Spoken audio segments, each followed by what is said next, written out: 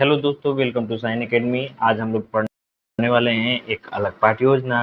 इस पाठ्य योजना में सबसे पहले हम ऊपर लिखेंगे विद्यालय का नाम, फिर छात्राध्यापक का नाम, और यहाँ पे हम एक टेबल वाइज कॉलम बनाएंगे जिसमें लिखेंगे दिनांक, विषय, कक्षा, वर्ग, कालांश और अवधि। और यहाँ पे हमारा प्रकरण है सम्राट अशोक। प्रकरण क्या है? सम्राट अशोक।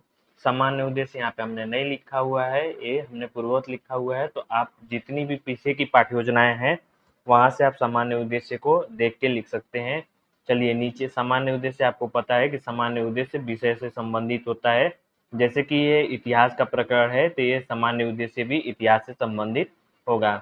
दूसरा है विशिष्ट उद्देश्य। विशिष्ट उद्देश्य आपको पता है कि विशिष्ट उद्देश्य प्रकरण से संबंधित होता है।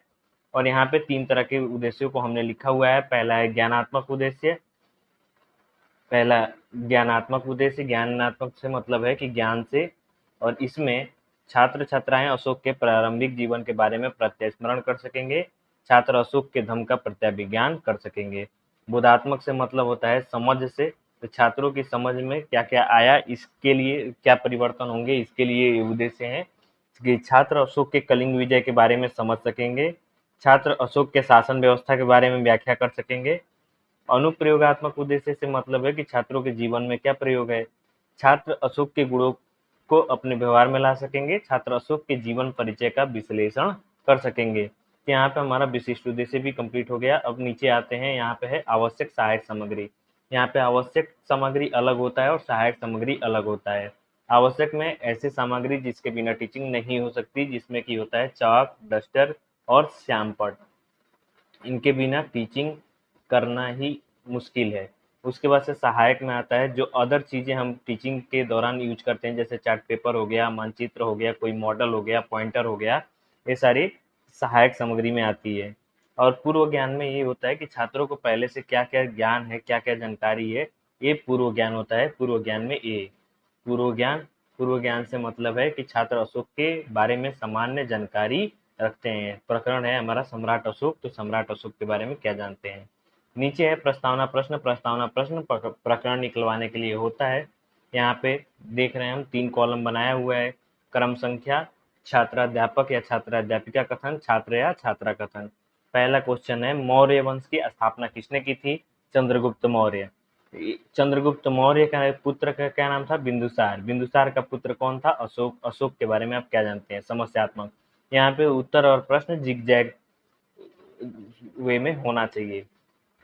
फिर हम नीचे उद्देश्य कथन करते हैं, और उद्देश्य कथन करते हुए ही हम प्रकरण को श्यामपट्ट पर लिखते रहे कि छात्रों आज हम लोग अशोक के बारे में विस्तृत अध्ययन करेंगे। और श्यामपट्ट पर हम अपना प्रकरण प्रस्तुत करते हैं। और यहाँ पे आता है आइडियल लेसन प्रेजेंटेशन। जो हमने आइडियल लेसन प्लान बनाया है उसका प्रेजेंटेशन। यहाँ पे 4 कॉलम बनते हैं। क्रम संख्या / शिक्षण बिंदु, छात्राध्यापक या छात्रा अध्यापिका कथन, और छात्र या छात्रा कथन, और श्यामपट्ट कार्य। यहाँ पे कुछ विकासात्मक प्रश्न होगा। हृदय परिवर्तन के कारण किस राजा ने बौद्ध धर्म को स्वीकार किया? अशोक ने। अशोक के बारे में आप क्या जानते हैं? तो समस्यात्मक यहाँ पे हो गया। पहला प्रश्न होता है, जो हमारा शिक्षण बिंदु होता है वो है सम्राट अशोक परिचय। इसका स्पष्टीकरण एक्सप्लेनेशन है कि बिंदुसार की मृत्यु के पश्चात अशोक सिंहासन पर बैठा तो वह शासन कार्य से बिल्कुल अनभिज्ञ न था। अपने पिता के शासन काल में ही वह मध्य भारत तथा तक्षशिला का शासक रह चुका था। इससे पहले हम समझ लेते हैं कि छात्र छात्रा वाले कथन में क्या लिखते हैं। तो छात्र या छात्रा कथन को ध्यानपूर्वक सुनते हैं, और श्यामपट्ट कार्य में इसी में से जो जो पॉइंट वाइज हमको श्यामपट्ट में लिखना होता है वो यहाँ पे हम श्यामपट्ट कार्य में लिखते चलते हैं। सिंहासन पर आरूढ़ होने के लिए उसने अपने भाइयों को मारा था। अशोक ने अपने भाइयों के साथ संघर्षित युद्धों के परिणाम स्वरूप राजा बनने में सफलता प्राप्त की थी, और इसके पश्चात उन्होंने अपने भाइयों को उसने अपने भाइयों की हत्या कर दी थी। अशोक ने कोणार्क से लेकर कलिंग तक युद्धों के दौरान कई राज्यों को जीता था। अशोक ने धार्मिक सहमति और शांति की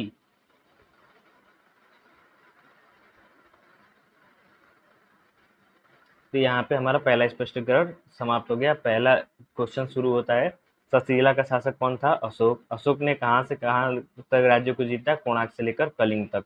अशोक को के धम्म के बारे में आप क्या जानते हैं? तो यहाँ पे हो जाएगा समस्यात्मक। दूसरा शिक्षण बिंदु है हमारा अशोक के धम्म। अशोक के धम्म और स्पष्टीकरण। तो धर्म को पाली भाषा में धम्म कहते हैं। अशोक युद्ध प्रिय था। उसने कई राज्यों को जीतकर अपने राज्य में मिला लिया। अब उसे केवल कलिंग पर विजय प्राप्त करना बाकी था, क्योंकि कलिंग एक स्वतंत्र राज्य था जो अशोक के विरुद्ध कभी भी उठ सकता था। इसी कलिंग युद्ध में लाखों लोग बंदी बना लिए गए। युद्ध के इस भयानक लाखों लोग मारे गए और तथा 1.5 लाख बंदी बना लिए गए। युद्ध के इस भयानक दृश्य एवं परिणाम से अशोक बेचैन हो उठा।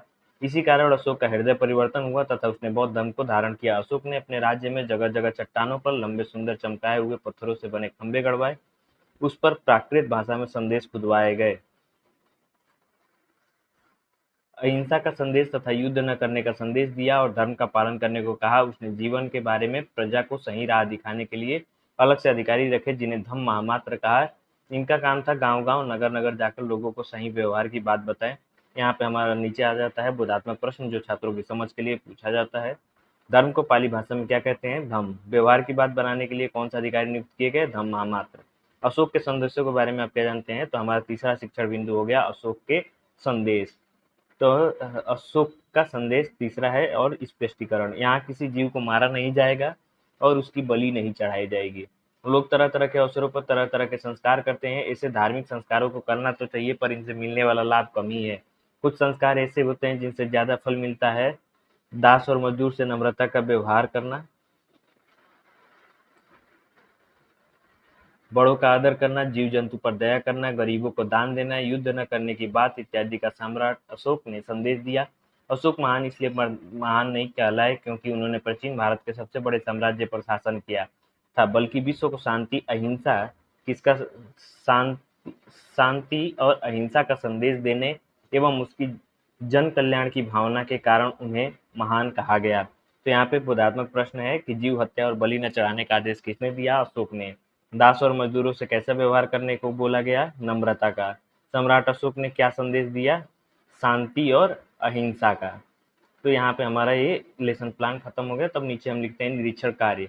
छात्र अध्यापक द्वारा कक्षा में घूम घूम कर निरीक्षण कार्य किया जाता है तथा छात्रों के व्यक्तिगत समस्या का समाधान उनके स्थान पर तथा सामूहिक समस्या का समाधान श्यामपट्ट पर किया जाता है। नीचे आते हैं तो होता है मूल्यांकन और पुनरावृत्ति प्रश्न, जिसमें होता है कलिंग पर विजय किसने प्राप्त किया था? सम्राट अशोक कहाँ के शासक थे? धर्म को पाली भाषा में क्या कहा गया है? सम्राट अशोक ने विश्व को क्या संदेश दिया? दास तथा मजदूर से कैसा व्यवहार करना चाहिए। गृह कार्य। छात्रों, आप सभी सम्राट अशोक के महान कार्यों की सूची बनाकर लाएंगे और नीचे सुझाव, आलोचना और यहाँ पे हम पर्यवेक्षक हस्ताक्षर हो जाता है, जहाँ पे हमारे जो पर्यवेक्षक होते हैं, जो पढ़ा हमारा सारे लेसन प्लान का जांच करते हैं, उनका यहाँ पे सिग्नेचर हो जाता है। तो दोस्तों, कैसी लगी क्लास? अगर अच्छी लगी तो प्लीज़ लाइक कीजिए, शेयर कीजिए और सब्सक्राइब कीजिए। धन्यवाद।